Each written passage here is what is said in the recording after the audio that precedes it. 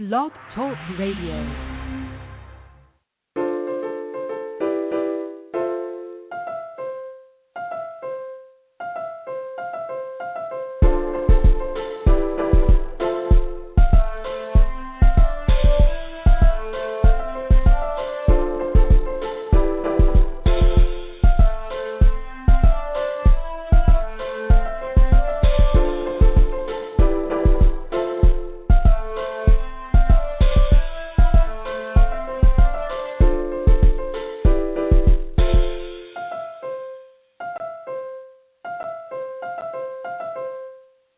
Good evening and happy Tuesday, everyone.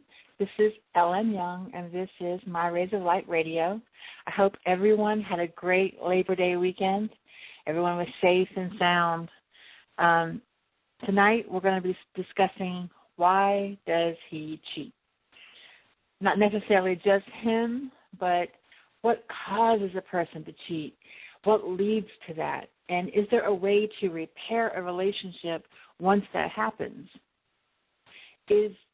What exactly is cheating? Is it just a sexual encounter, or could it be your thoughts, your ideas, your text messaging, sending pictures back and forth? What do we call cheating?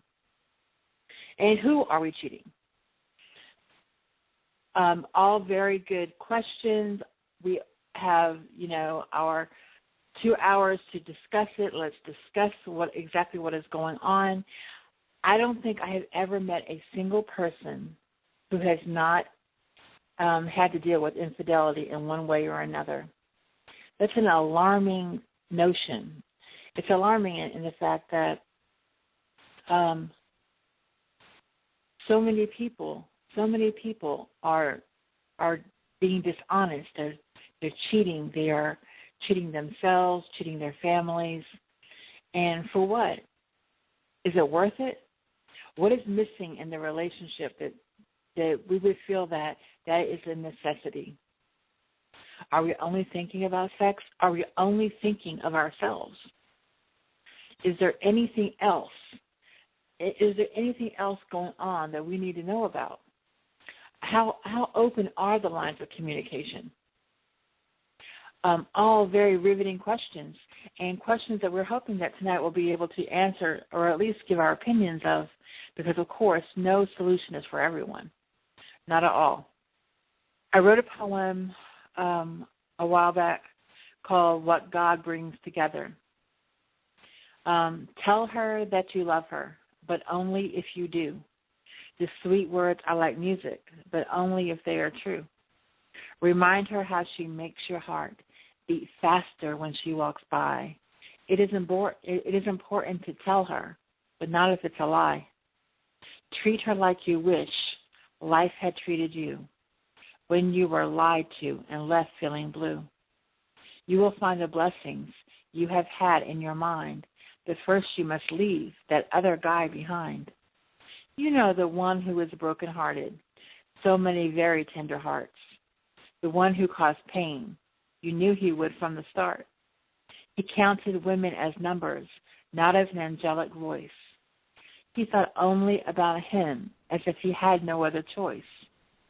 Become the man that God molded you to be, not the trapped animal who needs to be freed. Forget everything that you thought that you knew, and love without restriction. Become the real you. Remember that the love of God is always on your side. Choose between the man and the boy. It's time to decide. Don't shower her with gifts to win her favor. She is someone's daughter. She is someone's neighbor. Someone loves her every single day. She is not a token on a game that you play. Show her your heart by giving her your respect, and you will get so much more than you've come to expect. And even if the meeting leaves you friendly but not at odds, speak of one another kindly as you are children of God. No moment in the light of God is one made in haste. Love each other divinely, and you have no time to waste. Use your gentle words, then touch her tender heart. And what God bringeth together, may no one tear apart. Tonight we're discussing infidelity. We are talking about what causes a person to do something like that. Why would they bother? Nadia and I will be covering this and many other different levels of this evening. And if you're interested, if you want to give us your take on it, if you want to share your experience with us, we are live here at 646-564-9708. Also, you can contact myself on Facebook at LM Young, or you can contact Nadia under the name Leslie Wright, WRIGHT.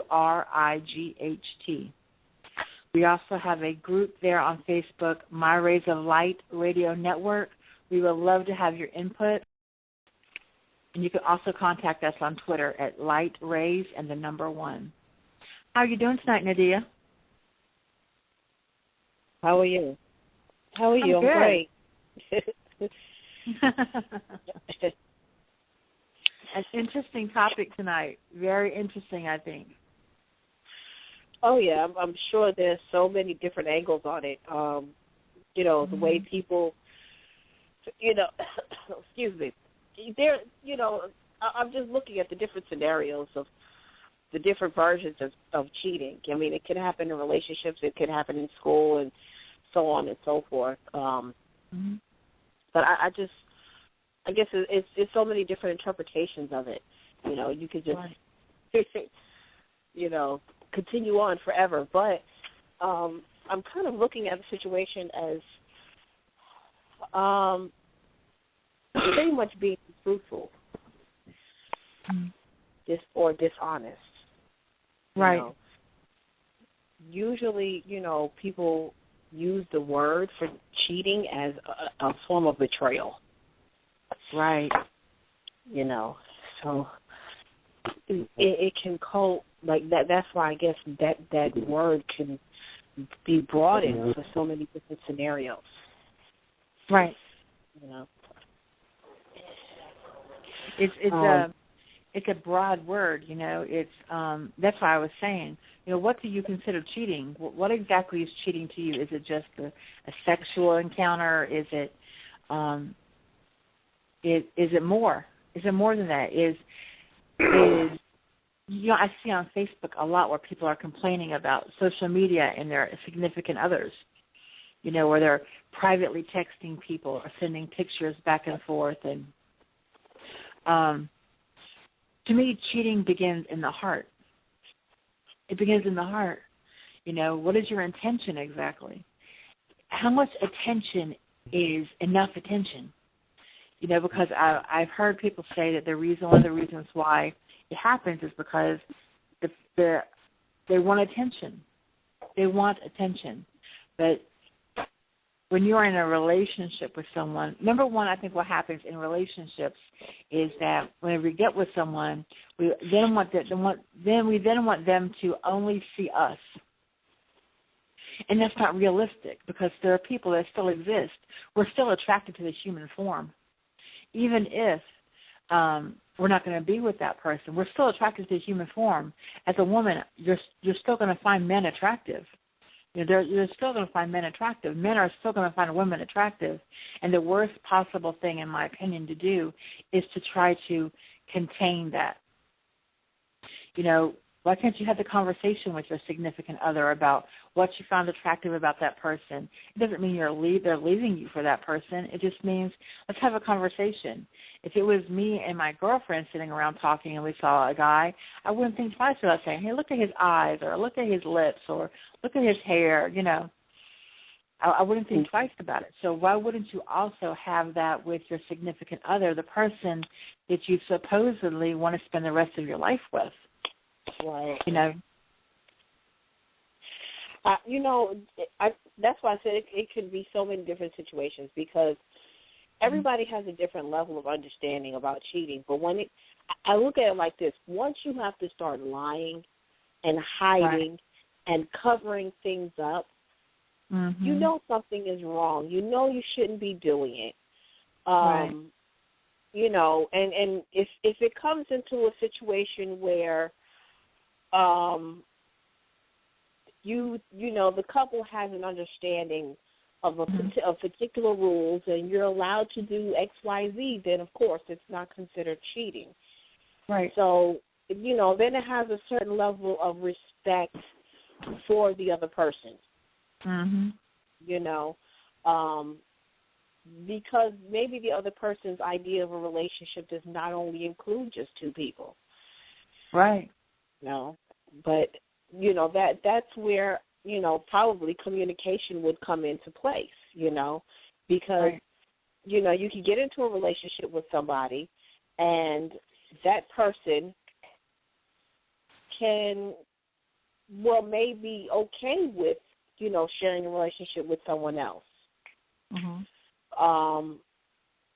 But if the communication is not even there and then the other party is sneaking and hiding, basically they're wasting their time and energy because all they had to do was speak about it. And, right. you know. And think about the anxiety involved, the anxiety in having to hide it, you know, having to cover it up, constantly having to make sure that, you know, your shirt is straight and, you know, make sure everything is, it seems like an awful lot of work to me. It seems like an awful lot of work.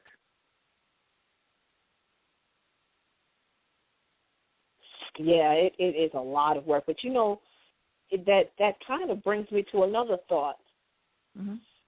You know, like, for some reason, some people actually love going through all of those changes. It builds some type of excitement and a thrill, and they love doing that. You know, unfortunately, there are a lot of people that get hurt when they're doing it. Right. And that's the thing right there. You know, it's who are we hurting? Who are we hurting? You know, when you have a family, when you have a husband and a wife, or two wives, two husbands, you have this family, and you cheat, you're cheating on your family. You know, you're cheating on your family. You're not cheating on just one person. You're cheating on your entire family. I've never completely understood why it happens. It's so much easier to say, you know what, let's have a conversation because this isn't working for me. You know, because a lot of the time I think that we believe that the other person knows exactly what we think or feel without us having to say it. You know, we don't have enough conversations. We don't talk. We don't have sex often enough. We don't go anywhere together. When's the last time we went out? We've never even gone to the movies in the past, you know, couple months or whatever. And instead of having these conversations, we start looking for something else that's going to make us feel good at that moment. And it's easy to find someone to make you feel good when they don't share bills with you. That's easy. To me, wow. It's simple. It's simple to me to find somebody that is really agreeable because they don't have to live with you. It's a whole other situation when you're living with somebody. It's, you know, right. it's funny games playing and everything. Oh, it's fun. You know, you can escape from your world and, you know, enjoy whatever few minutes you have with that person, and then you have to come back to reality. Right. But, you know, the real person is the one that sticks it out with your reality. You know, right. Maybe you're not the easiest person to live with either. So, you know. Right. Mm-hmm. And it's true that the person that is there for you through thick and thin, whenever you have lots of money and no money, when you have a job and no job, the person that is standing beside you whenever the smoke clears and everything, you know, straightens itself out, that is the person that you're gonna want to be there for you. And what I've seen a lot is when people cheat is that they are looking for that. They're really. I think that a reason why a lot of people cheat as opposed to leaving their spouse is because they know they're going to need that cool, dry place to come to. You know, they're going to need that comfort zone. They're going to need that home base. You know, so that whenever all of this goes crazy, because it 9 times out of 10 does. It goes crazy. We are having conversations with people that don't care anything about our families. They don't care anything about who's getting hurt or who or anything. it's a little ridiculous. It's a lot crazy. It's I can't really say enough about it. It doesn't have to be that way. We don't have to treat one another that way. You know, we can have a conversation. Let's have a conversation. Let's just talk about what's wrong. And then if we don't know what's wrong, let's try to figure that out. Even if all we're figuring out is who's going to take the plate and who's going to take the glasses. You know, let's have a conversation. Let's be adults. Let's have a conversation. Let's say, okay, this is not working for me. Maybe we can change it. Maybe we don't want to change it. But let's have the conversation before we bring another person into this mix. And this other person is going to become a casualty. You know, and I just think that we need to have a lot more respect and kindness, love, and concern for each other. You know, we need to put an end to all of this because this is really chaotic. This can be really chaotic. We're talking about children. We're talking a lot of time about children and how this affects them, because a lot of the time whenever parents are arguing and fighting and all of this stuff happens, our children take responsibility for us. You know, mommy and daddy are mad at me. That's why they're not getting along. Because somebody has to take responsibility, you know? Mm-hmm. They don't want to realize that their actions are not just self-gratification. You know, right. You know, once you have a family, you have children, you have to begin to realize that your actions affect the entire household, not just you. Right, exactly. We have got to step up. We have got to step up. We have got to start taking responsibility. We have got to be wise. So tonight we're talking about why does he cheat? Actually, why does he or she cheat? Because we all know that women and men do it alike. We're going to take a brief commercial break, and then we'll be back with more My Rays of Light Radio. Welcome back to My Rays of Light Radio. I'm your host, L.M. Young. Tonight we're discussing why does he or she cheat? What is it? What is it that causes a person to do this? And how can we bounce back from it, or can we? Joining Nadia and me tonight, we have a caller. Hi, Latifah. How are you? Hey, I'm doing good. How are you doing? Greetings from Boston. Just great. We're doing great. How's the weather there? It's beautiful. I think Nadia brought it with her. She brings some sunshine, I'm telling you. The rays of light. There you go. That's her. So what's on your mind tonight? Well, you know, I always believe in cross-hybrid and pollination. So we launched a show here recently in the last 30 days, Music and More, and we can possibly deal with all the topics that can be had. So I heard you guys were doing a really super one on cheating. I thought it had much potential, and I wanted to be part of the conversation. When I heard from Nadia, I wanted to listen in. This is my first time actually hearing the show. A great job, by the way, in setting the tone for what cheating is in a really holistic way. And then, you know, I just wanted to engage where it made sense. I won't be with you, you know, the whole time, but I thought at least, you know, add something to the landscape of conversation sure. right now. Absolutely. Absolutely. So I was telling Nadia that, you know, I think this is something that most people have had to encounter, you know, if they've been an adult for any length of time at all. I think it's something that happens all too often. Yeah. Well, you know, I deal a lot with weighing things on my belief system, my faith-based tradition, in order for me to kind of find a compass on where things stand and where things should go. And one of the things in my religious context in Islam, there is something in the Quran that talks about if the devil's going to attack you, he's going to draw a dissension between the husband and wife. You know, they talk about this blowing knots between the husband and the wife. And so for me, what has been one of my pillars of life work has been to mend families, mend husband and wives. We work with a program called the Wedding Experience here in Boston where we renew vows communal-wise so that we can really highlight what a marriage looks like, bring it back to be as adventurous as any single relationship that's being highlighted on television or radio or what have you, and to really bring back the sexy in marriage, you know. Right. And so I think that there's a cultural construct that you're dealing with as a community, and that's why we have 50% of our marriages not working, is because of this cultural construct that we're swimming against. We're kind of swimming against the grain right now. And at the same time, as African Americans, we have an even bigger ocean riptide to swim against.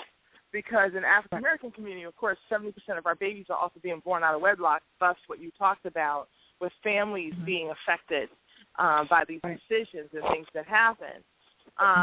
So cheating can happen if you're married. It can happen if you're you haven't taken on that level of commitment yet. Obviously, if 70% of our babies are being born out of wedlock, a number of us are having cheating issues while we're single, per se, or in relationships of non-marriage, which may also be part of the problem. Right. Because you're talking about a non-committal relationship, you know, at least one on paper, and then you're expecting the world of it as if it is. So you're already kind of going against the grain. You're going on a handshake and a hug, and you're expecting it to be the Holy Grail, which it is not. So that, I think, is part of the problem. I think we need to be real with ourselves, that if we're not taking it serious from day one, then why do we expect the other person to, right? Letting people into the candy shop without buying the candy, right? And if we value ourselves, then that wouldn't even be a question.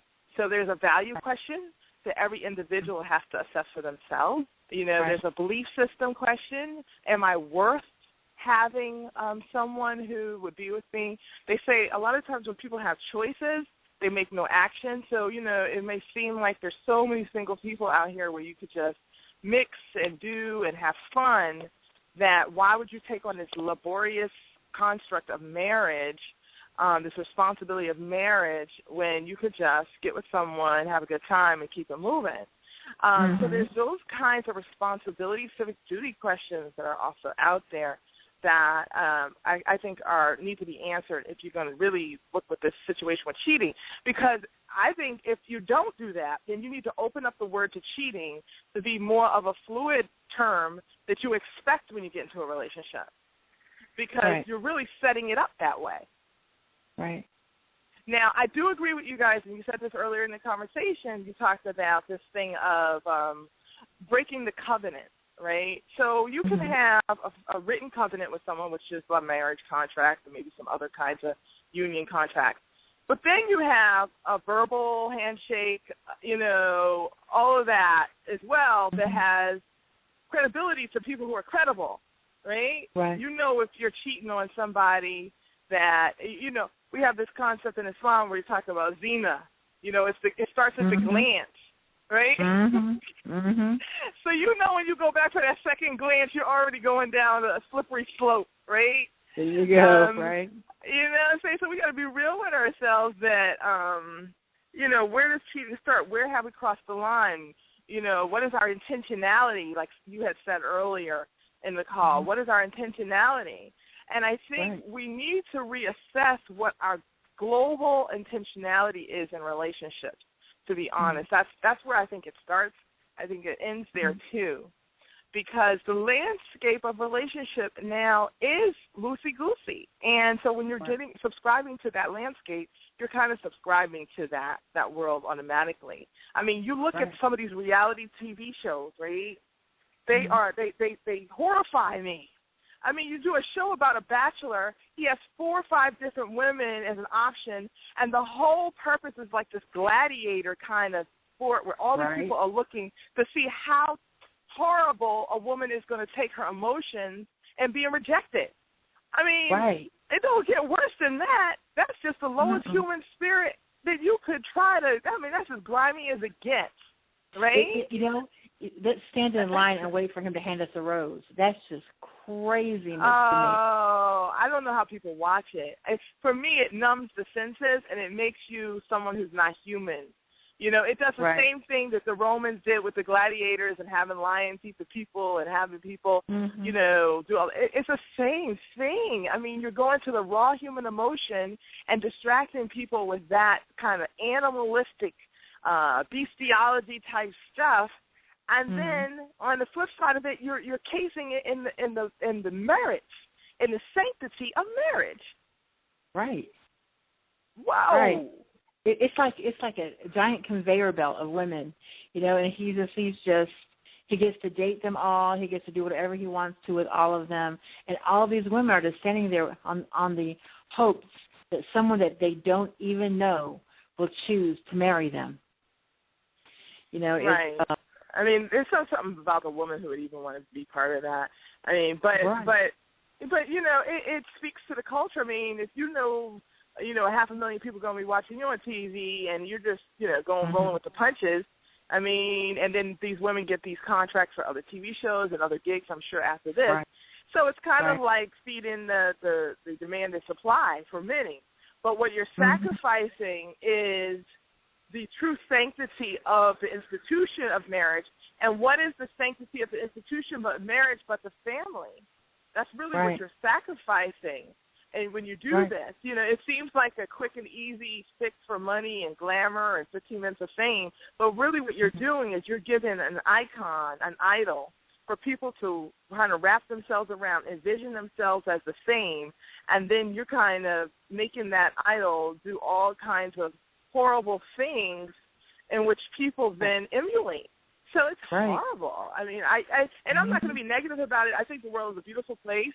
And I think we have so much potential. As bad as it can get, it can be 10 times as good. So I'm not putting that down at all, but I'm just sharing with people that I think we really need to have a paradigm shift of thinking so that it supports this ideal of what we've been saying all along about this institution being something that safeguards the community rather than destroys it. Exactly. I really appreciate, you calling in tonight. I want you to stay on the line as long as you possibly can. We have another caller. Melvin, are you there? I sure am. I'm here. How are you? I'm all right. How are you guys? I'm great. Oh, great. Good. How are you doing today? So what's on your mind tonight? I was listening to the show. I found it to be very interesting. My friend Nadia sent me a message to tune in, so I decided to tune in, and I found the topic to be kind of interesting. Oh, good. I do want to say this as being a married person myself. I do think that the one thing that I wasn't taught before I was married, I've been married for 8 years now, is nobody actually sat me down and told me about the bad times going into a marriage. And what that did was leave the door open to other women to come in and grab my attention from my home.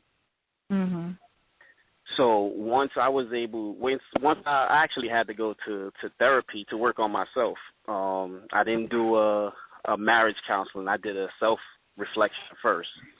And that allowed me to see what was wrong with me first. And the main problem was nobody actually sat down and said, you know what, you are going to hit bad times. You are going to have disagreements with finances. You are going to have disagreements about where your children are going to go to school and, what kind of toothpaste you're going to use. It either gets down to how, small that is. And, especially for men, it's really hard for us to take advice from people. But the only way we're going to learn to be better husbands and to focus and to not step out is if people, step in and say, you know what, you have to work it out. It's not okay to just go get the attention from another young lady just because, you and your wife are butting heads on a small topic. Right. And that I don't see enough of.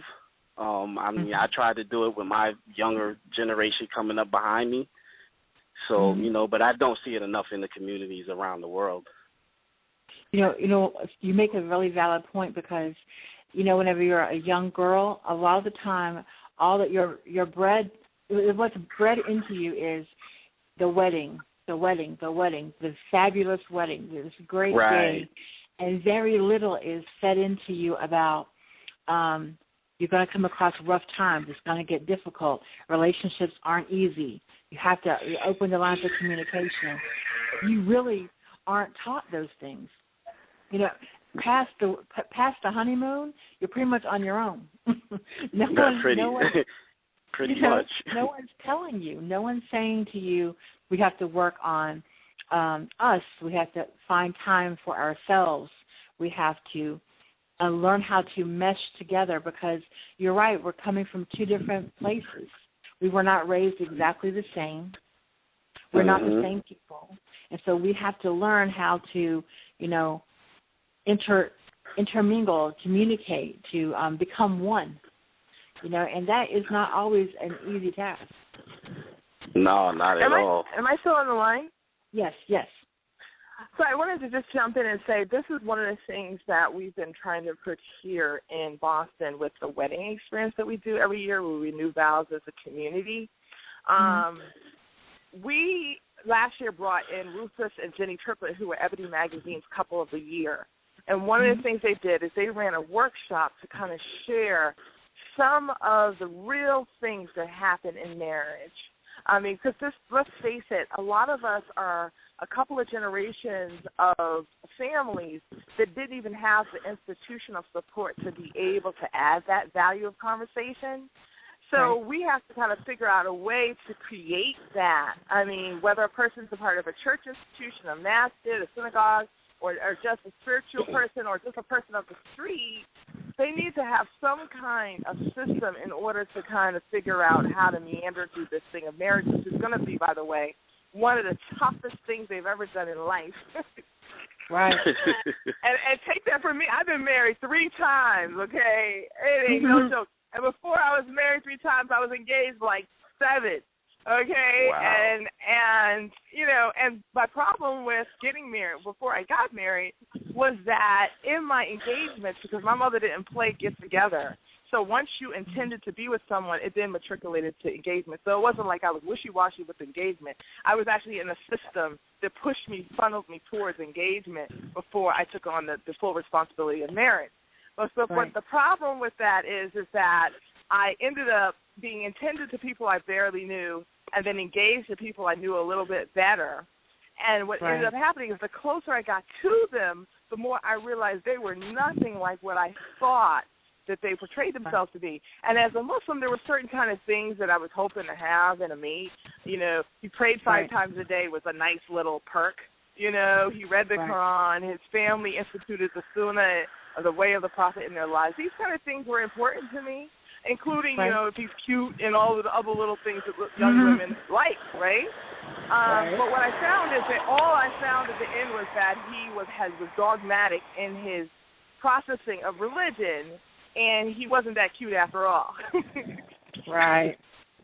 And so what ended up happening is that we really need to have family institutions in support of young people getting a chance to know each other so that we can lean on each other, because one thing that happens, and this is a real thing, a lot of these young women get together with men, don't have enough of a background on what to do when they get together. They end up getting pregnant. They end up having some kind of abortion that prevents them from ever having a baby again, either psychologically or physically. Right. You see what I'm saying? And so we have to, as a community, start to raise our young people so that we know at 16 years old your hormones are popping. Right? What do you do with that? Who said they have to wait till they're 18 to get married? Right. Exactly. Okay, so I think that there has to be more education. There has to be more education. We have to know our options. We have to be wise. And it's difficult to be wise whenever you are 17 or 18 years old, because a lot of times that knowledge only comes with age and experience. People getting together for the wrong reasons, people not really knowing, not having valid conversations, little conversations like, how do you want to raise our children? Things that a lot of time whenever you fall in love with somebody, you have the mentality of us against the world, and that's sort of attractive. Not realizing that, okay, what us against the world means that we're going to go to war. We're going to go to war. People are not going to be against us, and we're going to be fighting each other. Right. And my mother she actually sang a song for us. She created different vehicles to kind of get it to us as a third party, right? So she wrote this song called, her name was Jacqueline Muhammad, and she's a community activist. And she wrote a song called, she actually never published it, so I'm going to sing a little piece of it, right? It says, your friends have only known you for a little while. Your family's always known you for a long time, a long time. Who do you think has your best interest in mind? And who are you going to listen to, little child? Your friends have only known you for a little while. Your family's always known you for a long time. Right? And so, that's what you need to be leaning on when your hormones are going crazy and you ain't making no sense. You got a big body, but you got a little mind. There you go. There you go. I like that. We're going to take another brief commercial break. Both of you, feel free to stay on the line. I really appreciate both of you calling in tonight. We'll be back in just one more moment with more My Razor Light Radio. Welcome back to My Razor Light Radio. I'm your host, L.M. Young. Tonight, Nadia and I are talking about why does he cheat. Not that just men do it, women do it also, but why? Why do we do it? What causes that to happen?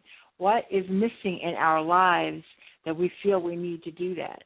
And is it something on the outside that we're looking for, or something that we're missing on the inside? We have Asoke on the line. Hi, Asoke. How you doing? I'm great. Hi. How are you? I'm doing great. Good, thanks. Thanks for having me. So tonight we're talking about cheating. I know everybody's favorite subject. It's an epidemic. Mm-hmm. It's an epidemic, and it doesn't really have to be, So, what is your take on the subject? Well, you know that I am an advocate for the village and the tribe, so my perspective is going to always be from that space. Right. And one thing I will say is that when you look at the tribal or the village structure, marriage or relationship is not about the two people only. It is about those people, but it's something that's decided even before the people come onto this earth. And people are promised to each other in our ancient culture before they were born, and because of a path that they both were going to walk anyway. So you're chosen as companions for each other on a particular path. So there won't be a lot of so much a disagreement that we'll find in modern culture. So, and I'm saying modern culture, but it's not even our culture in the first place. So in the tribe, you'll find that couple serve as whatever function in that particular group of people. So there's an author, her name is Sobonfu Some, and she wrote this book. It's called The Spirit of Intimacy, and she gives this example of what happens when a couple is out of communication or their relationship has become unworkable. They have to sit back to back, and their tribe sits in a circle around them, and they air out all their issues. Well, I don't like this. He did this to me. She said that. I don't like the way she did this. F her, blah, blah, blah, like the whole nine. They just air the whole business out. and the entire tribe is sitting right there, and everybody's listening. Mm-hmm. And after they're done airing everything out, the tribe commences to tell them why they are important to the tribe as a unit. Mm-hmm. So you're not separate beings anymore. Right. And if you look at what cheating is like, you're playing a game and somebody said, I win, or you cheated, means you did something that was not fair. It's not fair. It means there was no agreement. So it's not fair. So when the tribe steps in and they're saying, we need you, they're talking about one being. So a being cheating on another person is cheating on themselves. Right. In that structure. Mm-hmm. There isn't a stepping outside of the tribe because everybody knows everything. Right. So one of the reasons why that can even really exist is because we're outside of the culture that we were created to be in the first place. Mm-hmm. So, we have to, look at the root of it. You know, so when we have, the situations that we have now where marriage is completely separate from everything, like in the example that was given earlier, me and you against the world kind of thing. From there, you set yourself up for failure. Right. Because the whole mindset has already started that, yeah, you're right, we're at war. You're at war with people who may not even be against you. Right. Right. So in that, it's just the idea that you're a warrior in the first place. You're a warrior, period. And your wife or your husband it's fair game. Right. When it comes down to it, because your agenda is your agenda. Mm-hmm. And you can always see the other person as anti your agenda because you don't have a group of people that support the two of you as one. And there is a collective agenda or a collective purpose more so than agenda. In this culture, there's agenda. In our ancient culture, there's just purpose. Which is what makes the tribe so important in so many cultures, because there's a phrase, takes a village. And it takes a village for everything, because it's important that you have support around you, that support the union, because like you said, you're becoming one. So, and I think that a lot of people go into this union very lightly. It seems like, well, we've been together so long now, it's time for us to get married, as opposed to, you understand what that really means. You understand that from this point forward, anything that you do is going to affect everyone. Right. It's not just about you and him or you and her. It's about everyone that you touch. Everyone. I mean, not only just family, but the tribe itself, the family itself, the unit, the supporting unit. If I have an issue with my marriage, then it becomes an issue for everyone that's touched by us. Right. So I think it's something that a lot of the time we take way so lightly. We take it so lightly, and it shouldn't be that way, because I think it creates these situations. Just like Melvin was telling us earlier, it's you are not equipped. You are not equipped a lot of the time when you get married for the downfalls of what's going to happen, after you're waking up with them every single day and realizing, well, they went to bed much more beautiful than they did when they woke up. Hair's all over your head, you got no makeup on. You're in your rawest form. And a lot of the times we just aren't equipped for that because we are not prepared. We are not prepared for everything else that comes along with it. Who's going to cook dinner, who's going to clean up the house, who's going to scrub the toilet, who's going to cut the grass, who's mundane things that have to be done every single day. And so a lot of times it's easier for one person or the other to look for someone else. I just need to feel good about me right now. I just need to feel like I matter right now, not realizing that every day, everything that you do, you matter. Well, also you have to think about that we have been disconnected from rites of passage.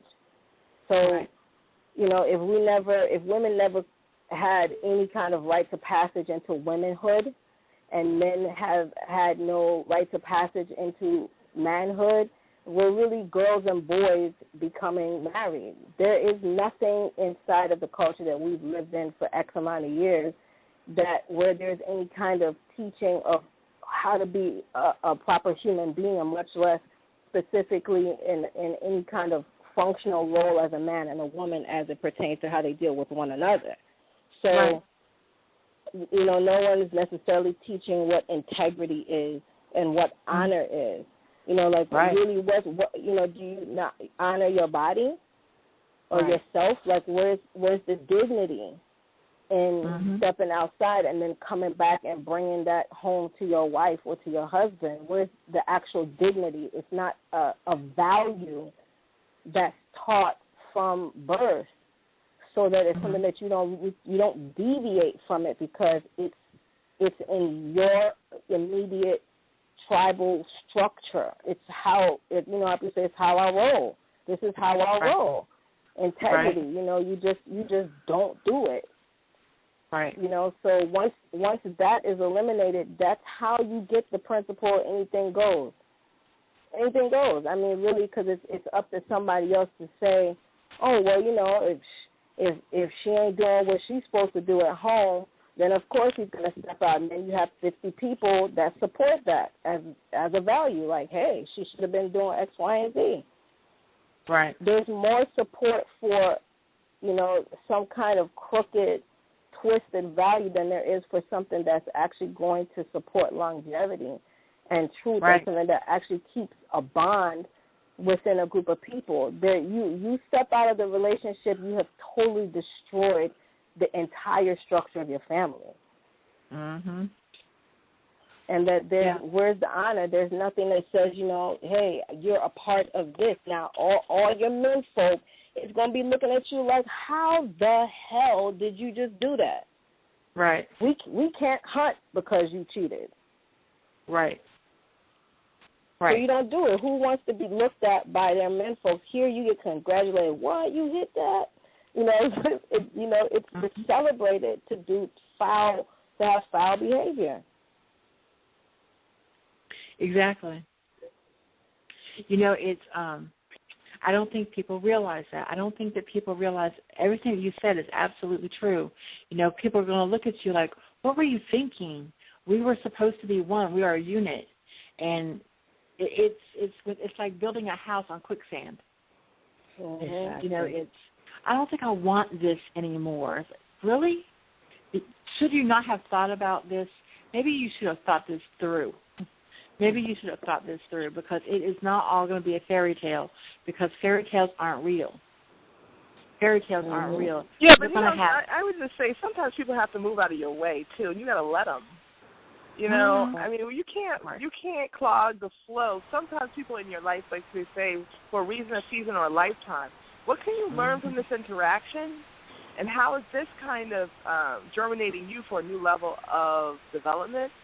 And so sometimes, you try to hold on to that person who was only meant to stir you up, and you end up in a heap of pain because they've done their job, and now they're telling you, we're done, we're leaving on, and you're trying to hold on. It's not always that cookie cut. But that exists in the structure that we're in now. Right. Which you can do that. You can recycle. I mean, you can cycle from one person to another person, and there's always going to be some concept that is used to support this dysfunctional social structure. It's dysfunctional. I'm gonna be married to someone. Everything's for a time. Your village, that's your people for life. Right. That's your people.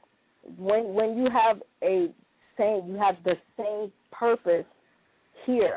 That's who you with. That's who you roll with. You're not gonna be like, okay, well, we're not, well, I don't like you no more, or blah blah blah. It's this structure where there are things like 2 years into the marriage, you realize, hey, that person, hey, he likes to watch sports all day, and I don't. That's something that exists here now in the West. That doesn't work now. It didn't work before, and it's never going to work. Right. The problems that we have now. There has to be some fluidity. There has to be some fluidity in relationship, or it's going to clog the pump. You cannot have a system where, everybody goes through different relationship highs and lows. You know about the 7-year itch. We all know about those kinds of things. We know this construct of culture does not even foster lifetime relationship as something that is a merit. They look at it as like an anchor on your neck. So there's certain imageries that have to do with longevity in relationships that we know we're working against in this culture. Given all of that, there still has to be some fluidity in relationship, or you will be enslaved or oppressed. So there has to be some fluidity, and that's all I'm saying. But it doesn't have to channel through cheating. It's channeled through a loss of integrity because of where it started in the first place. It wasn't started in integrity. I'm not lending like any credibility to cheating. That's not what I'm doing. I'm not lending any credibility to cheating. What I'm saying is that there has to be some level of fluidity in the relationship. Now, there always has to be honor. There always has to be honor and trust. That's what relationships are based off of. That's the glue for a relationship. All I'm saying is that if we hold fast to one type of institutional way of looking at it, we're going to have a breakage. And that's what I think we're trying to prevent. Mm-hmm. Right. Well, I don't think that the tribal or the village structure, I think that even more so would represent or exemplify fluidity, because everything in that structure is it's natural. It's natural. It's everything is integrated in what nature is. Water flows, wind moves, like everything moves. There isn't something where you would feel enslaved to something. It's because we are conditioned to think that, hey, everything is for a season, that at some point I may let this go because of this bump or that bump in the road. Because you have to really get down after we have been through all that we have been through and we're still in it right now. We don't even have the time to know why we get out of integrity. We don't even know why. It may be something that's really in our own mental blind spot. We don't even know why we're doing it. We may be, patterns that are there, and you don't even realize it's because there's a lack of self-worth, and you self-sabotage. Like, oh, well, I guess it's time for me to move on. And that person did this and that person did that. There needs to be a clear understanding on why people move on, first of all. I mean, in my religious construct, again, it says that the thing that you see in that partner, in that relationship, that might bother you the most might be the best for you. Right. Right?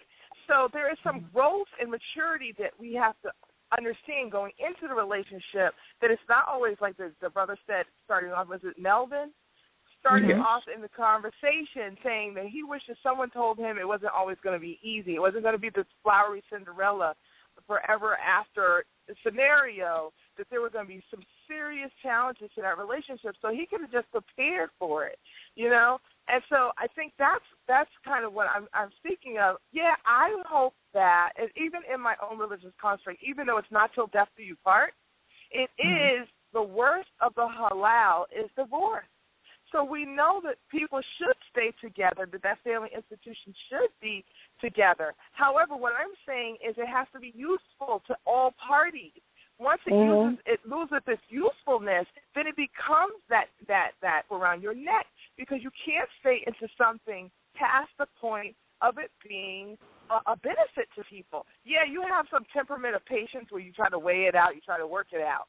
But once you've reached a barrier where you know that you are unequally yoked, and maybe you didn't get that before, or maybe you even grew apart, you're staying in a relationship that makes mommy and daddy look bad to the children is not helping to build up the family unit. It is not the village model. I mean, I'm very cognizant of the Islamic tradition and religion, and I actually love it a lot and would use it as a model for myself in marriage, because I love the way that the rights and responsibilities are detailed. And I would say that I am not saying that if comes a time where there's a need for the particular union not to be an intimate union, it shouldn't be in a space where those people are no longer still a part of the same tribe and are not still family. Right. What we face here is that there is almost like a violent break. There's like even the word divorce is something that I don't even think is natural to this planet. Right. Like that term is like, something like that you would consider like a destruction. That there's I agree with that, because we don't actually use the word divorce ourselves in Islam. We use untying the knot. That's what you're doing. You tie the knot and you untie the knot. Mm-hmm. So the line is always there. It's just it's been loosened, it's been slackened to a different kind of relationship, but the line of relationships are always there. You become a different type of communal partner. You may not be that interwoven husband and wife, but you still will have the relationship of a brother or a sister or or some other mother to the community or a father to the community. You still have those kind of relationships, and you're still married to those family units as a village. So that there is a difference. Absolutely, that is a cultural language that maybe we shouldn't throw in the mix as often for language. But it's difficult for me as an Islamic person to come in and say tie the knot, untie the knot to people who don't necessarily really understand that concept. But that is the actual proper conceptual way to look at it. Mm-hmm. Right.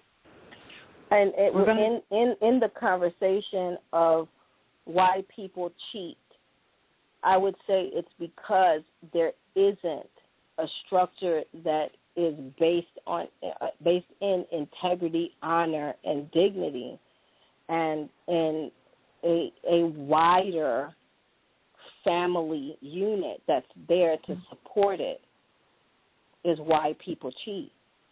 Right. I would say to add to what you just said, I believe those pieces are there as well. But I also think as a community, we have allowed language and cultural constructs to be part of our narrative that don't fit with our nature. So when I talk about fluidity, and this is something I raised on my page to even come on this call, we have monogamous relationships and we have polygamous relationships. By not acknowledging the concept of polygamous relationship as a legitimate relationship structure in this country, you open up a vein of people acting outside of their nature. So you have someone who has the ability, the interest to have a multiple-pronged relationship, and they're not able to access that ability, that communal love, because there's no outlet of credibility. So they're defaulting outside of the system when if there was an institution that readily accepted and modeled it in an integrity-type fashion and the community was involved in those conversations, it would not happen, and there would be less women and men who are single out there adding destruction and rather construction to our community. I hear you, sister, and I feel like where we are right now, it's difficult for me to see how that conversation about polygamous relationships would go well, because right now it's like we're dealing with a sickness that's here. We're dealing with a need for healing at the roots. And at the roots, if you as a person, if us as individual people don't even have the concept of village or tribe in the first place, and don't have the concept of what is integrity, what is authenticity, don't have those real definitions deeply ingrained in themselves, which would be a foundation to build something on top of that, and then something on top of that, and then and then you can have those other conversations. If those things are not laid, really and truly, anything goes, even in polyamorous situations. Well, you know what I say. You're gonna have all of that, because I myself personally can say, I can appreciate it for myself personally. However, when I look at finances, what it actually takes to be fair in those kinds of relationships. You are things absolutely like that, right. You're absolutely right. You're absolutely right. And this is why it's so important that it's a community construction rather than individuals trying to get over in a dark room. And that's why I'm saying you need the institutional support, because it can't be that he is manipulating a circumstance to his own greater good. That can't be the case. Or it can't be that we're just overthrowing cheating in a new kind of capacity. There has to be, really, the persons who are able to institute polygamy have to be the greatest believers of the community at large. They have to be the people with the highest level of capacity to deal with it, because you're not dealing with a one-pronged relationship. You're dealing with a multi-pronged relationship. So you have to be emotionally mature. There's all kinds of stuff that you have to actually graduate to even be part of these kinds of relationships. At least some people have to anchor it that way. You can have people in a relationship who have like an autism. You can have that person in a relationship. They may never be emotionally mature, but as long as you have that anchor and there's some communal responsibility to that relationship structure, I think it can happen as soon as you have ready parties. And the thing is, I would say, is that I don't want to make the same mistake that I think I saw the Nation of Islam make back in the day. The Nation of Islam came in with a fever for black nationalism, mixing it with the tenets of Islam. And one of the things they did, and I think they could have done differently, though I don't believe in looking at the past and criticizing, but rather looking towards the future. But what they did is they said, we're not ready for the Quran right now. They told the people, continue to read the Bible. Here's some tenets that will help you separate yourself and do better. However, you're not ready for the Quran. Don't do that. We're not praying like that yet. We're not doing any of these kinds of things yet. We're not ready yet. Well, if you're not ready now, and God declared the Quran 1,400 years ago, when are you going to be ready? Right? So my thing is, our human nature demands justice now. We don't have time. We don't have time to wait till some perfect time where there's utopia of thought where people can readily be funneled into these kind of institutions. We have to take them one dynamic at a time and start building models where people can see themselves in peace. And we have to support that through our own institutions. And we have to do it past our faith divisions. We have to do it for our community interest, our tribal interest, our self-interest. Because as we are being divisive, the devil's taking us out one by one. Right.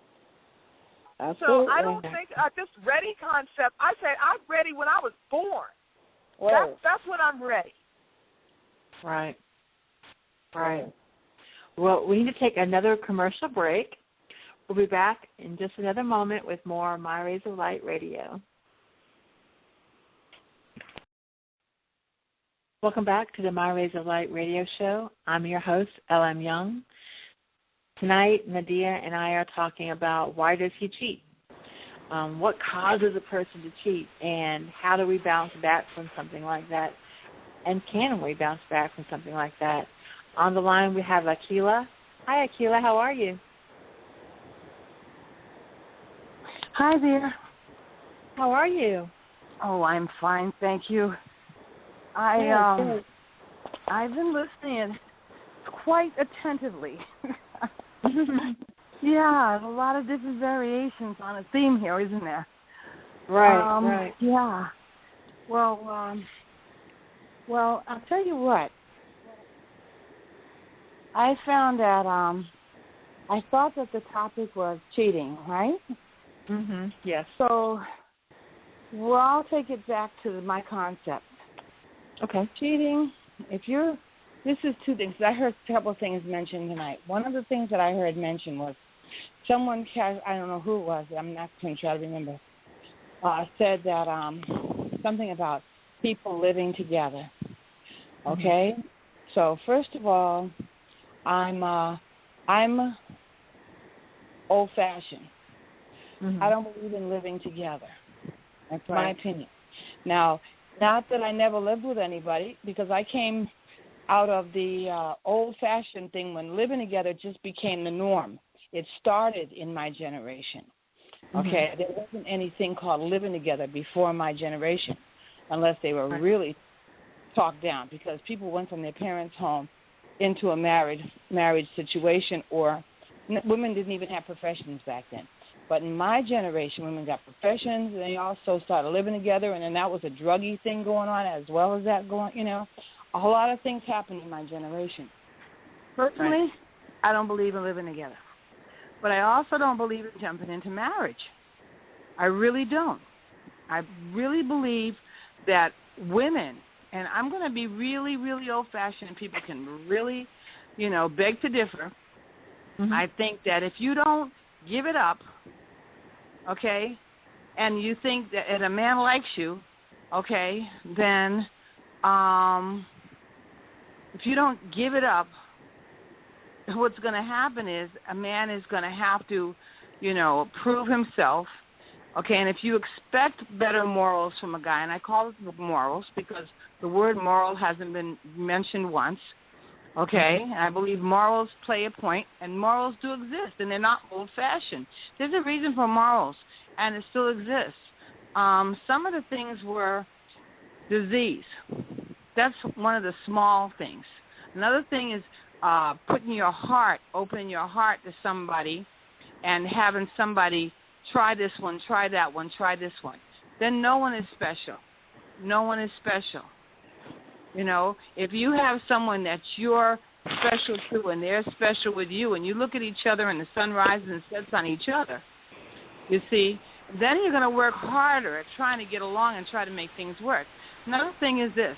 I'm going to go back to that, but another thing in my point of view is when a woman and a guy get together and one of the parties doesn't cheat, no matter what, okay, believes in being, forthcoming, 100%, very honest and open, okay, and the other person may be a little bit more cagey, I personally would suggest they have an open discussion, because people don't do that. They don't say, what do you think about men and women cheating? And the person who has wants to defend it, know who that person is that you're getting a relationship with. No sense in you being with someone who has no value on a relationship and thinks that all a relationship is to do is go to bed with somebody, and then if you move on, it's like a bee going on to the next flower. Men and women included. I'm talking about. I'm not just saying a man going to another person, okay, but a woman going to another guy. Whoever it is that feels that way, it's good for the other party to know that. Nothing worse than one person assuming something because that's what they were raised to believe.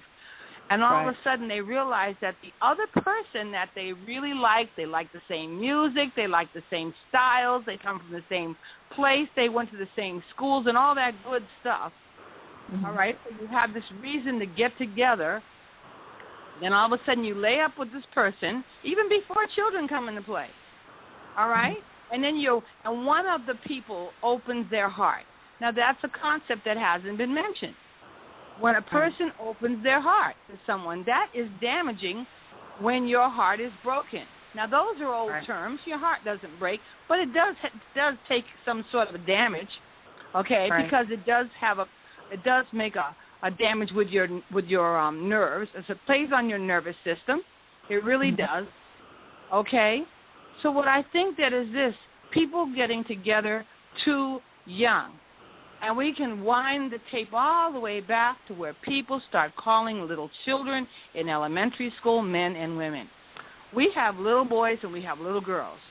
And I think it's got a lot to do with that old terminology during the slavery, talking about, we're men and we're women. Sure, a man 25, 30 years old is definitely a man. But a little person, 8 years old, is a child. They're not men, and they don't have to act like men. Okay? So when you have people thinking that they're men and women at a very young age, then they start acting like they want to procreate. Okay? And then you have another concept of that old adage of the old slave mentality where your only worth is by how many children you have. That is another point to be taken into consideration. Men running around, I got 20 babies by 17 women. That is not a badge of honor. Right. But men don't talk to each other like that. Men were not made to feel as though, even when a guy comes from a family that knows better than that, the society, spoils, leads, gives into that connotation. Not the larger society, because the larger society, even of the world, still basically reveres, a married relationship. That's why marriage still exists in the world, But then you do have, men and women who don't respect the concept of marriage. They don't understand heartbreak. They don't understand, and the thing of, like I said, health. If a man or a woman goes outside of, I'll say marriage, because like I said, if you're not sleeping with somebody on a regular basis, you're demanding respect, because that means that your body, is your private. They used to call it private parts. Well, if you're showing it to the world, it's not a private part anymore, is it? It's a public part. There's no such thing as, what do they have, that concept of shame and embarrassment. Well, why do those things exist in the first place? Because there are parts of your life that are for you and for your people to be next to you. And it's not just for the boyfriend of the month. Because if you have enough boyfriends of the month, then it will be the public part again, like I said. The part I really agree with you on that you mentioned was this idea of morals. I think that if people got back to those original moral values, that is kind of, to me, the bed of this whole situation, because if you're cheating, you're being dishonorable, basically. That's the idea. And more than that, what is a cheater but someone who takes away and does not honorably give back, right? I think earlier y'all talked about cheating as someone who steals, right? You brought it back to its natural level. Talking about a relationship, you're talking about someone who's taking and not giving back, right? That's why you whether ask it's questions. taking the truth and giving back lies, or it's taking and not giving back to the full commitment, right? And as a community, you can only build off of solid structures of commitment. That's why it's such a tribal problem, because if you have shaky ground in one place, you're only as strong as the weakest link, right? Right. So the idea, really, for me, what I really see when this problem of cheating is that we have become so complacent with giving back more than what we take, that we have become a consumer thought process in all aspects of our being, and part of that has showed its ugly face in the intimate relationships, because people are not in a relationship to value the other person's spirit in a way that they're building blocks. So they're cheating on the person physically, but they're also cheating when they're not in a marital relationship, because they're not investing in that relationship long term. You see what I'm saying? So to me, the moral part that you talk about is the beginning of the slippery slope. And when we start to look at that in its own merits as a building block of community and society, that is when the cheating of individuals will become a serious problem, where people will say, this is not about me cheating on you. I'm cheating on myself. I'm cheating on the community. I am creating a structure that has no foundation. And that is when you get people to think about it. But listen to this concept. How about this? And I know people who are in this situation more than enough. I'm not going to say a large amount, but some. And I've heard it in conversation, even if I'm not personally involved in it. What about people with a man, because a woman can't do this, okay, what about if a man goes from woman to woman to woman, bed to bed to bed, with no consequences? That's prostitution. Well, you know what? Listen to me now. That is not the concept of real prostitution. That's whoring. Okay, but the concept of prostitution is going out with a contract between two adults. One gives the other one money, and the other one gives the other one service. They don't have to. Either one of them don't have to be in a relationship. That's a business deal. Okay, it's illegal, state of Massachusetts. Okay, and it's illegal in a lot of the states in this country. Okay, but what whoring around is when you have someone, okay, involved in someone with no, what they call a connection and no agreement of fidelity. No one, okay, I'm with this a person, okay, and I just laying up with them. And I say that this is my answer for the television says so. I didn't say I was exclusive, okay? That's what one person can say there. I didn't say I was exclusive, so therefore that gives them the right to what you call cheat. Now, it appears one person who's looking at it as if it's an exclusive relationship, and the other one who says, I can do what I want because I don't have any ring on my finger. Well, go right back, rewind that whole tape, and if one of those two parties stopped, do you believe in marriage? One person says no. Say that person, the other one that asked the question, does. That's when your time is to walk away. That's how you walk away. Why would you even want to be married to someone like that? But no. What I'm saying is this is where we're still going to always go back to the foundation of a tribal structure, because even what we're discussing now, that still exists. What's that? What do you mean when you say a tribal structure? Because I'm not familiar with that. I live in Boston. I don't understand. I'm not joking. I'm not being facetious. I really, I don't know what you mean because I've heard you say it, speak about it. You're talking about a community of people, like a family and an external family and people around you. Is that what you mean? Yes, but not a community like where I live in Clearwater, Florida, and all the people right directly around me. People who are all specifically committed to all the children being raised together a certain way. We make clothes. That's what our tribe does. Or we produce the news for the next tribe down the road or whatever. But this particular unit, this particular group of people that extends into elders and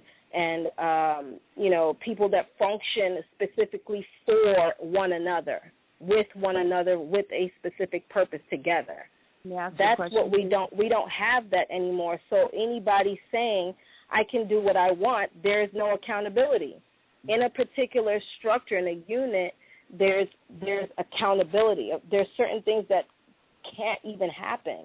Oh, wait a minute. I'll say this. Let me say this. You know where the accountability lies? One person that wants to be with the other person, and the other person draws the line. I'll give you a small example, and I'm not going to be long-winded on this one. Many, many decades ago, a few decades ago, I'll just say truly, I had a boyfriend. He'd come over to the house. He'd eat dinner. He'd bring food. I'd cook for him, and he'd go home. All right?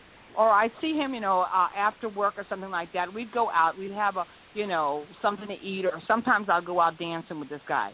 I'd go home. Okay, he'd go home. All right? He didn't sleep in my house, and I didn't sleep in his house.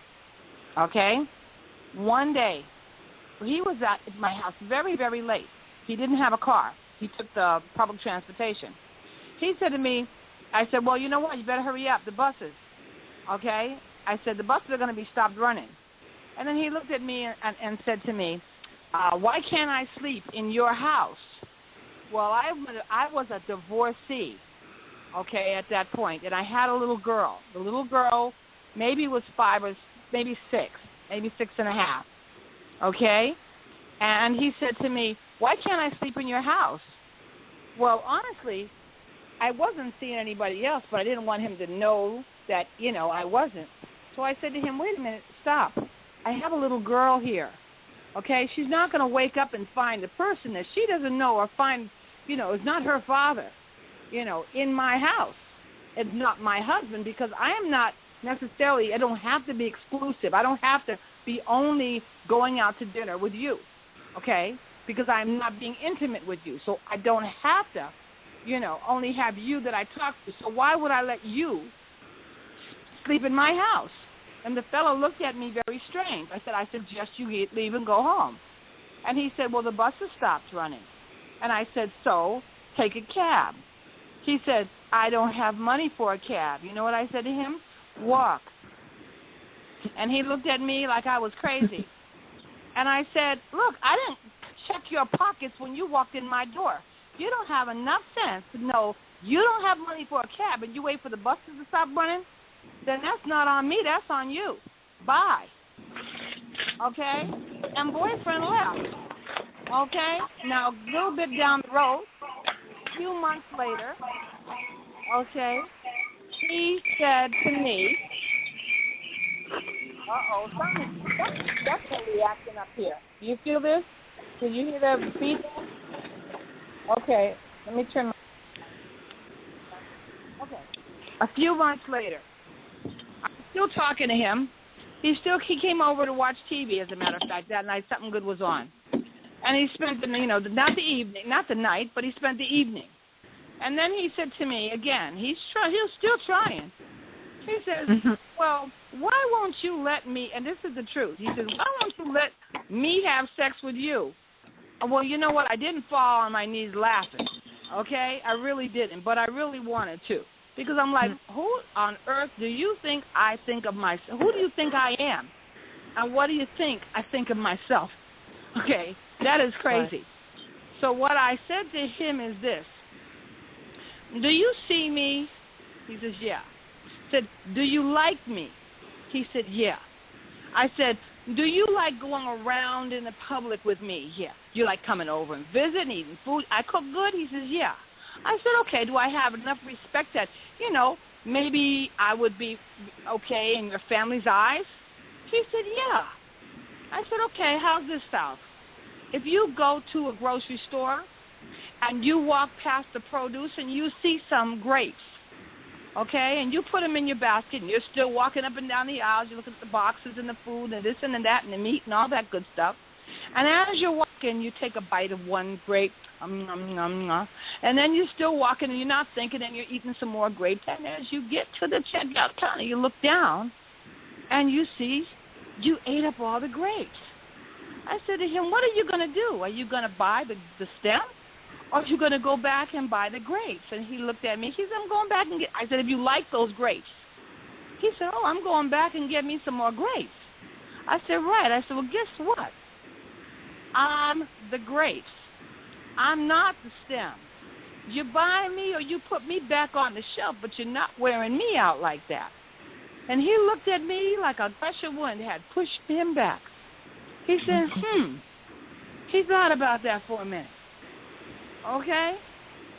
And way a few months later than that, many months later than that, we became engaged. And many months later than that, we got married. And then I think about a year and a half, about 3 years later, we had our first child after we got married. Okay? Well, we did try to hang in there. The reason we didn't break up was not specifically due to cheating. It had more to do with other personality flaws, okay? But I made sure one of them was not concept of that person looking at me as if they could just do anything and be any way with me. I demanded respect, and I did my best to make sure that person gave it to me. Now, I could only start at that level on my own. I didn't have a community of people behind me. My father died when I was a teenager, and my mother was just one person. And our family didn't live in the city, in the state, actually. You see, so I did my best. But that's what I think a woman should be able to try. And if a man degrades her, disrespects her, wants to sleep around and makes her think she is not, the queen of the world, then let her turn her back on that person and find somebody who does. And then at the beginning, you can start with the less cheating. Unless the woman is the cheater, then the man can look at himself as the king and say, I'm worthy of more than a woman bringing me gonorrhea. Thank you very much. And that's the way I see it. I wanted to give real quick a specific direct definition of tribe.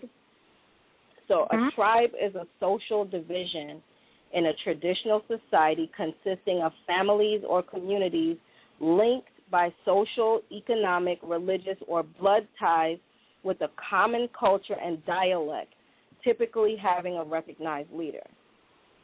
So if there is understood values, understood culture, things that are understood, upheld, taught to children, acted out, this is just the way that it is. This is who this person is being. You are being that value. You are being those ethics as a person. And you have a group of people that you are being that with. So it is your daily walk. It is your daily conversation. It is who you are being in the world.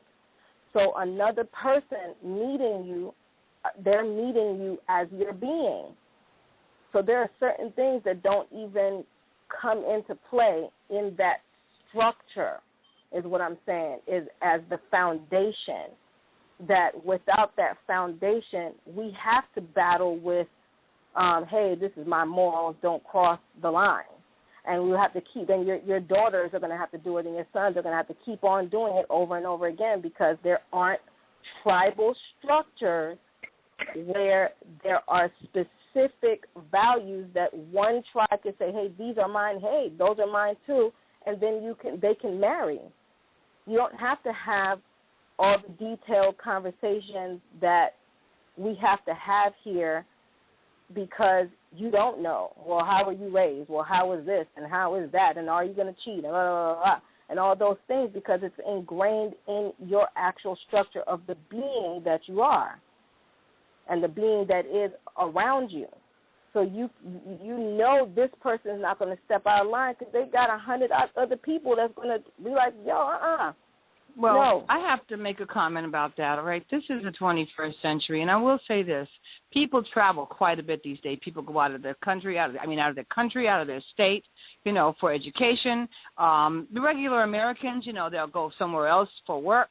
You can marry somebody that you met at college. They came from Washington State. You come from Florida, or you can, you know what I'm saying? There's a lot of mixed mush of space, and environment, So what you're talking about is a utopian culture that could have lived, existed quite a while ago. I thought that the conversation still was cheating, and the concept of what you're talking about to do with that type of a culture, you can have that if the people are going to stay still. You can definitely have that if they're never going to move out of the town. You're going to stay with those people. You're never going to see anybody else. You grew up like that. You change. You die in that way, generation after generation. But that existed in the beginning of the 20th century. That didn't even exist in the middle of the 20th century. After World War one or two, when people were getting shipped all over the world and they got to introduce to other cultures and they decided they want to live in other places. And then we got the concept of the television, and we got the telephone. That made the world a lot smaller. So we don't have what you're talking about anymore anywhere. Okay, not even in the little tiny towns in Africa. They got people moving out, going to different countries for work, going to different countries for education. Okay, little tiny places in America that don't even have asphalt roads. You still have dirt roads in the United States. They still go out of the state. They get a scholarship because they're good, and they go get college somewhere. You see what I mean? So and some of those people still have a structure that they depend on. I've met someone who lives in London, and he comes from a Ghanaian culture where this is the structure that they live in. You don't cheat. Okay. Well, why don't we you live in integrity, but just because something isn't what it is now does not mean that we don't have the power to create it, because the power that is in ruling right now created this dysfunctional culture that we live in now, and it doesn't work. It's not going to work. Well, morals still work. Morals always did work, And, the concept of morals is taught before. When I was a kid, they were taught in school as well. They're just not anymore, because everybody wants to have their own decision of how people should be raised, which is good, and it's not so universal as it was when I was a kid. We did have morals taught in school, but a lot of times that people teach morals on the venue that it's a Christian, kind of Judeo-Christian background. So you have people that say, well, I'm an atheist. I don't want to be part of this conversation. I don't want my children part of the conversation. Morals still exist, but other people show them in other ways. You can learn morals through Greek mythology. You can learn morals, through all kinds of Roman mythology, all kinds of different types of mythology, or religions, But there's people that are atheists and don't want anything to do with it, or there's people that are feel as though their religion is getting slighted if they're Buddhist, or if they're Muslim, or if they're a different type of a Christian, that's when we have a lot of problems. We have a lot of splits on how to teach morals in this country, because we have such a congested and intertwined community here. We have more different cultures and religions in this country, I think, than anywhere on planet Earth, as I think about it. Canada's close. Maybe we in Canada are neck and neck, and then we also have Australia, but Australia has a different type of a structure. They're not as I won't even go into them because that's not even valid. But nevertheless, we also should just look at the common word, morals. Find out if the person likes to cheat. See if the woman likes to cheat. We're talking about cheating. That's the bottom line. And what does cheating bring? Disease and death. Okay, it also brings a severed family. Okay, it also brings where people have children and children outside of a relationship, and more and more and more. What happens then? You don't know who your relatives are. That's a fact. That's crazy, and that's a shame. The word shame hasn't been used either, okay? These words are real words, and shame and morality exist. But people don't, they choose not to talk about those things, and then they want to talk it down. Men, and here I am as a woman's point of view, but it's not only men, but in my opinion, it can be men, okay, can find an excuse for anything that they don't want to address. Anybody who doesn't want to address something can find an excuse. So you say, I'm moralistic, oh, yeah, you're a square. Guess what? I wore that badge proud. Okay? You also have integrity. If you have integrity, dignity, and honor, those are things that, see, where I'm coming from is that it is creating the beings, the sort of beings that because people can say, well, I was raised with these kinds of morals, but if you have been raised around a certain behavior, it's just your conditioning. And then, sometimes we look at cheating and we say a person is wrong. And then a person can say, well, you know what, like a particular situation I've seen, this man's wife decided that she was going to go into some sort of religion, and the religion required her to be celibate for months and months and months. And he ended up sleeping with someone else. Now, everyone in the community pointed at him like, oh, my God, you are so wrong. But then you think about what's natural to the man, what's natural to a woman as well. You know what I'm saying? Maybe I would have said that there should have been some communication there, but again, without a structure that says this is how we do and why, where there is an actual connection to nature, there's a connection to a higher power, there's, some sort of connection that is common amongst the group of people, then there's accountability and there's a communication there that's constantly happening. There's an action. There's a being, like if you're constantly being and acting in this way.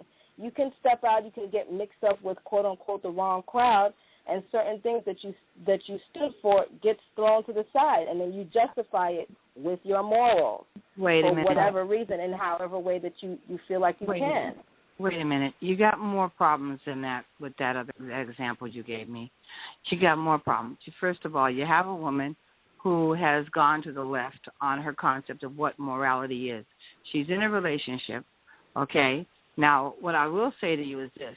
You don't only have to be in a religious cult and be celibate in order to be celibate when you're in a marriage, okay? There are many times when a woman cannot perform sexually in a marriage, and that does not allow the man to get a carte blanche on going out and fooling around. That does not do that. But okay, there is no agreement there. Well, then you have a battle of morals. No, that's not in that particular. I'm just using that as an example as how morals can battle.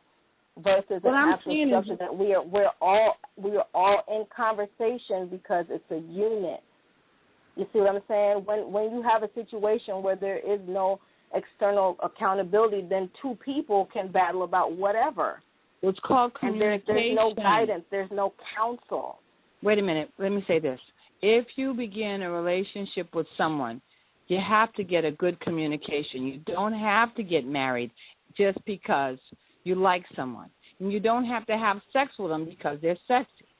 There's a whole lot of things where you can put on the brakes, okay, and use your mind to decide whether or not this is a good idea, okay?